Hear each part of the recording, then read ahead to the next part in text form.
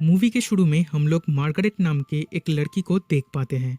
उस टाइम एक unknown person उसे फॉलो कर रहा होता है।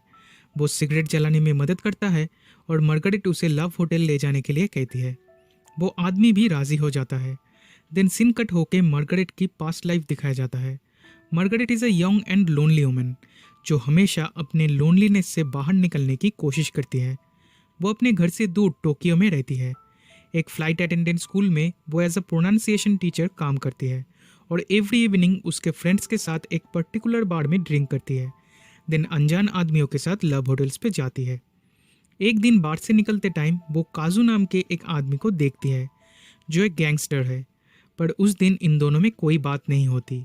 देन मार्गरेट एक रेस्टोरेंट में जाके एक दूसरे लड़के से मिलती है और वो उसके साथ होटल रूम में जाके रोमांस करने लगती है। देन वो बेल्ट से उसे ऊपर खींचने के लिए कहती है। दैट मीन्स मार्गरेट को काइंड ऑफ सबमिसिव पसंद है। पर वो लड़का ऐसा कर नहीं पाता और इसलिए मार्गरेट उससे सेटिस्फाई नहीं होती। अगली सुबह उसे स्कूल पहुंचने में लेट हो जाती है। उसके पहुंचने से पहले ही क्लास शुरू हो गया था, इसलिए उस स्कूल के ओनर से उसे थोड़ी डांट भी पड़ती है। काम के बाद वो एक बुक शॉप पे जाके एक बुक को देखती है। इस बुक में कुछ सबमिसिव पोजीशन के फोटोज थे। तब वह काजू आता है और कहता है अगर उसे ये सब पोजीशंस ट्राई करना है तो उसे उसके साथ जाना होगा। फिर ये दोनों होटल जाते हैं और काजू मार्गरेट की हाथों को रस्सी से बांध देता है और सबमिसिबली करने लगता है। इस बार मार्गरेट पूरी तरह से सेटिस्फाई होती है। वो अपने फ्रेंड्स को जाके काजू के बारे में बताती है। सब सुनने के बाद इनेस उसे केयरफुल रहने के लिए कहती है। नेक्स्ट डे स्कूल के बाद काजू मार्गरेट से मिलने आता है। वो उसे लंच पे ले जाता है। उस रेस्टोरेंट पे बहुत ही शोर शराबा था। ऊपर से एक ड्रंक आदमी मार्गरेट के ऊपर गिर जाता है। ये देख के काजू को गुस्सा आता है और मार्गरेट वॉशरूम जाते ही वो सबको शांत कर देता है। ये देख के मार्गरेट इम्प्रेस होती है। देन ये दोनों फिर से लव होटल जाते हैं। वहाँ काजू कहता है उसकी शादी फिक्स हो गई है। उसके घर वालों ने लड़की सिलेक्ट की है और उसे उस लड़की से ही शादी करनी होगी। ये सुन के मार्गरेट रूम से जाने लगती है। काजू कहता है उनके पास सोने के लिए और भी टाइम है, लेकिन मार्गरेट नहीं रुकती।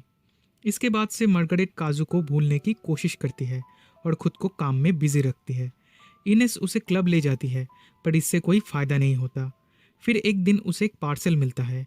ये वही बुक था जो वो उस बुक शॉप में देख रही थी। इसके अंदर एक होटल का कार्ड था। ये पार्सल पाके मार्गरेट बहुत ही खुश होती है क्योंकि ये काजू ने भेजा था। वो उससे मिलने उस होटल में जाती है और पूछती है कि कभी काजू ने किसी इंसान की उंगली काटी है कि नहीं। काजू कहता है उंगली काटना मतलब apology, like I am sorry here's my finger.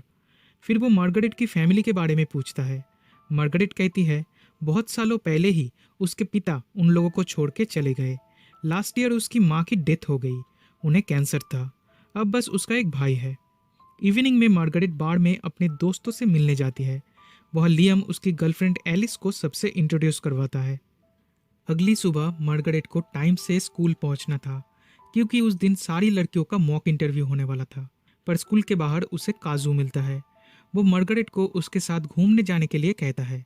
पहले मार्गरेट मना करती है, पर आखिर में वो उसके साथ चली जाती है।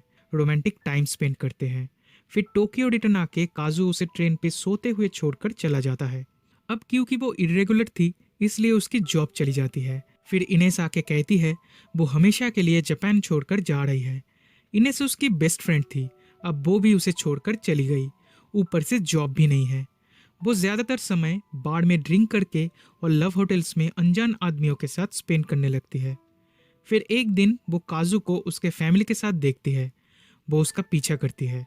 फाइनली वो काजू से फिर से मिलती है और वो दोनों उधर ही शुरू हो जाते हैं। लेकिन काजू उसे एक्सेप्ट नहीं कर सकता। वो उसके फैमिली के अगेंस्ट नहीं जा सकता। फिर घर वापस आके वो देखती है उसे उसका अपार्टमेंट खाली करना होगा क्योंकि वो टाइम से रेंट नहीं दे पा रही थी। तो वो एक डांस बार में काम करने लगती है, लेकिन उसे ये काम पसंद नहीं आता, तो वो ये काम छोड़ देती है। मार्गरेट अब पूरी तरह से टूट चुकी थी कि तभी उसे लियम की गर्लफ्रेंड एलिस मिलती है। एलिस उसे ब्रेकफास्ट के लिए ले जाती है। उससे पता चलता है कि लियम भी अब जापान में नहीं है। उसका वीज़ा ख़त्म हो चुका था, इसलिए उसे डिपोर्ट कर दिया गया है। तब हम व्यूअर्स मार्गरेट को ड्रिंक करते हुए देख पाते हैं। वो बहुत नशे में थी और एक अनजान आदमी उसका पीछा करने लगता है। इस पॉइंट में मूवी वही पे रिटर्न आती है जहाँ से शुरू हुई थी। शुरू में मार्गरेट को लगता है ये काजू है, पर जब उसे पता चलता है ये कोई और है, तब वो उसे लव होटल ले जाने के लिए कहती है। मार्गरेट कहती है उसे सबमिसिव पसंद है। तब वो आदमी उसे उसके सारे कपड़े खोल के बेड पे लेट जाने के लिए कहता है।